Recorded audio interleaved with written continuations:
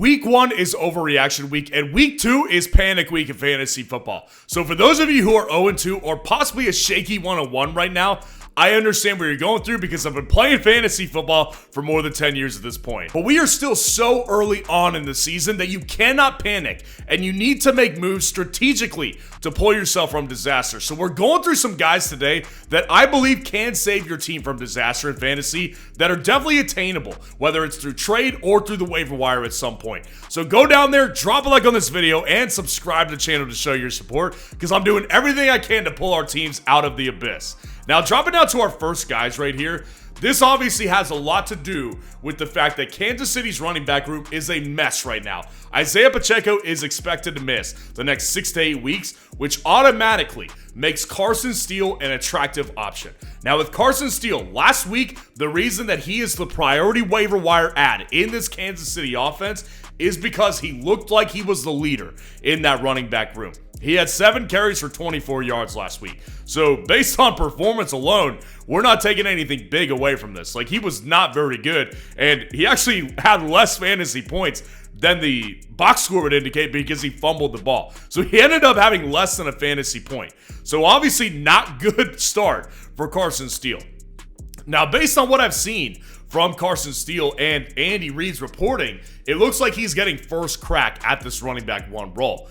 Now, obviously, that news got a little bit squelched for some yesterday when Kareem Hunt was reported to sign with the Kansas City Chiefs to the practice squad. Now, that's a very important distinction we have to make because he is not on the active roster right now, meaning that he's not going to get a helmet in week 3 if he is still on the practice squad by Saturday or Sunday or whenever that deadline is. So Kareem Hunt is on the practice squad, which I would indicate means that they want to get him involved at the active roster at some point in the next 2 weeks or so.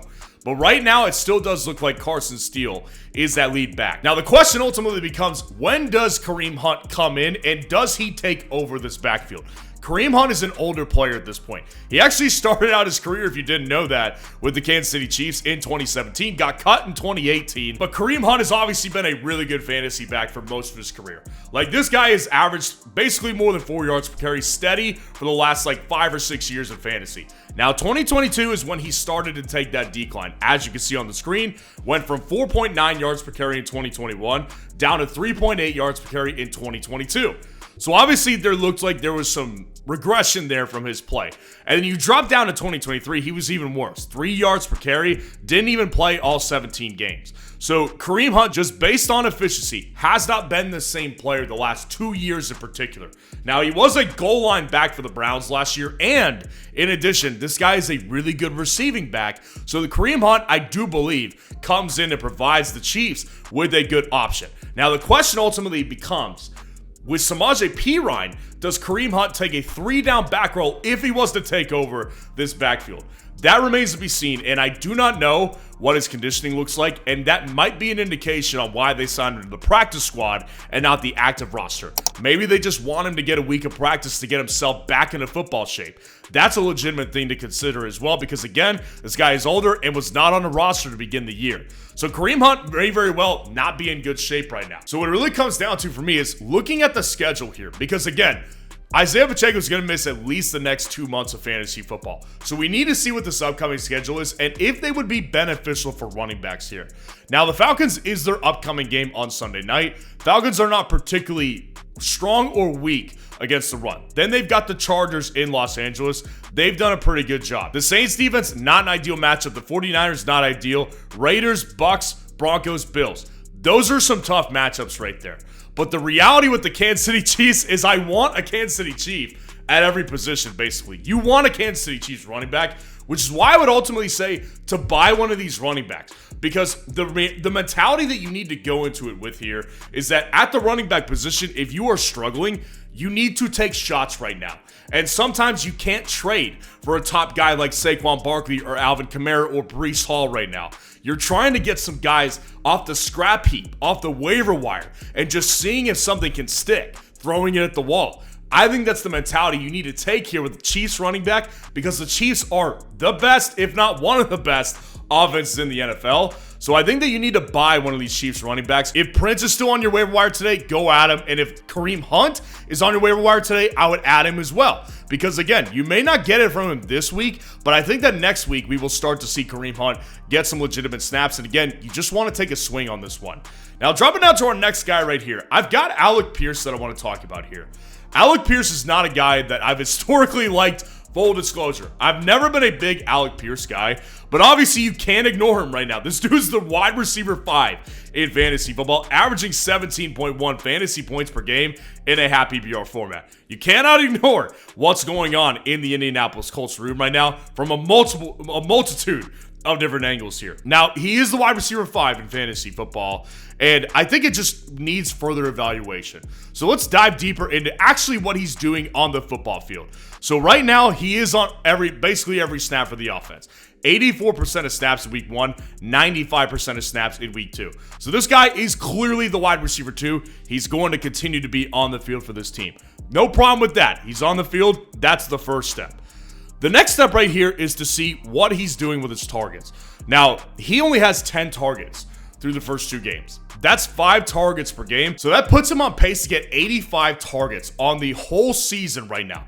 So obviously it's just 2 games, right? Well, let's see where he stacks up against the rest of the league. Right now, he's about 42nd in total targets with 10. He's down there with A.J. Brown, who missed week 2, so that's cheap right there. He's down there with Darnell Mooney, Andre Yeshivas, Drake London, Romeo Doubs, Gabe Davis, Tyler Johnson, Greg Dortch, Brandon Ayuk, and Tyler Boyd. Now look at all those guys' fantasy production. On the far right of the screen, you could see what the fantasy points per game are looking like. Now, who are the 2 guys that stick out like a sore thumb? The only 2 guys averaging more than 10 fantasy points per game are A.J. Brown, because he only played 1 game, remember, and Alec Pierce. Those are the only 2 guys that are sticking out like a sore freaking thumb right now at this point. So obviously that's a red flag that we need to assess, because just looking at all these other guys, 10 opportunities is not enough to sustain fantasy production at a very high level. What we've seen from Alec Pierce is 2 things. He's scored in both games, and number 2, he's getting 22.6 yards per reception. That is an outrageous number right there. And to prove it to you guys, I went through this during the offseason about wide receivers who had at least 15 yards per reception in any particular year and saw what their fantasy production was. So with this list of guys right here, what you'll notice is obviously all these guys are above 15 yards per reception right here. But what's the other thing that you notice about these guys? Every single one of these guys had over 100 targets on the season in fantasy football that year. And again, looking back to what he's averaging, 5 targets a game, that puts him on pace for 85 targets. So if he maintains that pace, and whether he does or doesn't, I think we could have a discussion. But if he stays on that pace, Alec Pierce is going to have to be almost perfect on every opportunity that he gets. He's going to have to continue to be ridiculously efficient with every opportunity that he gets with Anthony Richardson throwing him the ball. That's another issue. Anthony Richardson, his accuracy right now is pitiful. It is absolutely atrocious. Now, he's been the best with Alec Pierce, but it's still not very good. And just looking at his history, and this is a reason I've never been a big Alec Pierce guy. Alec Pierce is basically on pace for like his production the last 2 years. I mean, he had 78 targets in his rookie year, dropped down to 65 in his second year. So he's basically right around that mark as far as targets go. This is a guy who has routinely, over the last 2 years, had a couple big games, sometimes at the beginning of the year, ironically, and very much disappointed for fantasy players at the end of the season. Really by like week 4 or 5, he starts to disappoint. So based on the history here and based on what he's on pace to do, I prefer to pick him up off the waivers if he is on waivers still and sell him high. Because again, what you can do here is use the wide receiver 5 status that he maintains right now and use him to get a good wide receiver who's not producing like that. Somebody like a Garrett Wilson comes to mind. Now, that might sound outrageous for a lot of people, but I'm not talking to people necessarily who are in super competitive leagues. I'm talking to somebody who is just relatively new at fantasy football, and some leagues has those type of people. So I would try to get somebody like a Garrett Wilson out of the deal. I would also try to get somebody in the range of maybe a Brian Thomas Jr., who looks like the wide receiver 1 in Jacksonville right now. I would also be willing to take Xavier Worthy for this guy right here because, again, I just don't trust that this is going to be able to sustain production on the long end of the season. So I would say if he's on your waivers, pick him up and sell him high because this guy does have value. Now, dropping down to our next guy right here, I've got a very similar guy right here, and he's obviously making waves. We're talking about Jameson Williams of the Detroit Lions. He looks fantastic right now. I am really happy because I, at once upon a time, was a big Jameson Williams guy in Dynasty. Really liked Jameson Williams coming out of college. And obviously his first 2 years have not been great. We'll go through those in a little bit. But right now, Jameson Williams is the wide receiver 6, just one spot below Alec Pierce, and he's averaging 16.9 fantasy points per game in a half PPR format. Now, when you actually look at the numbers here, this looks a lot more sustainable for fantasy than it does with Alec Pierce. As opposed to Alec Pierce's 10 targets, Williams has 20. That's 10 targets per game right there, on pace for 170 targets by the end of the season here. So this looks a lot more sustainable just based on a target percentage here for Jameson Williams. Now, obviously, he's averaging 20 yards per reception right now, which is not a particularly sustainable number, but based on targets, it does look a little bit more sustainable than Alec Pierce's number. Now, when you line up Jameson Williams on a target basis compared to the rest of the league, he's top 5 in targets right now. Cooper Kupp at 27, obviously he's done for a while. Malik Neighbors at 25, Amon-Ra St. Brown at 25, Zay Flowers at 21, and there's Jameson Williams. A couple spots behind the wide receiver 1 in Detroit, which should give people a lot of encouragement. Knowing that he's the wide receiver 2 in this offense, that's okay, because he's still averaging 10 targets per game with Amon-Ra St. Brown being the wide receiver 1. So Jameson Williams, again, on pace for 170 targets here, looks like it's a lot more sustainable. Now, do I believe that he is going to sustain 10 targets a game for the duration of the season? No, I don't. I have history to look back on that would say otherwise. Now, his history is dicey. We'll get into it. But his first 2 years of his career, missed basically all of his rookie season because he came out of college with a torn ACL for the Alabama Crimson Tide. Now, when he comes out of college, obviously misses all of his rookie year, only has 1 reception on 9 targets. He actually scored a touchdown on that 1 target. But rookie year, basically we could throw it out the window. Second year, plays 12 games because he got suspended for the early portion of the season because I think it was a gambling violation if I'm remembering it correctly. So he plays 12 games, 42 targets in those 12 games, just under 4 targets per game. Now, this is unquestionably the best we've seen Jameson Williams in his career. So can he sustain this level of fantasy production? Well, a lot of it's going to rely on 2 different things. It's going to rely on how many targets he ends up finishing with, and how likely is it that he sustains this level of yards per reception here. Looking back at that chart, he needs to have at least 100 targets to be relevant. And based on the pace right now, he looks like he's in good position to have at least 100 if he does not get injured. So I personally actually do like the trajectory of Jameson Williams better than I like it for a guy like Alec Pierce. That's why he's a buy for me right now.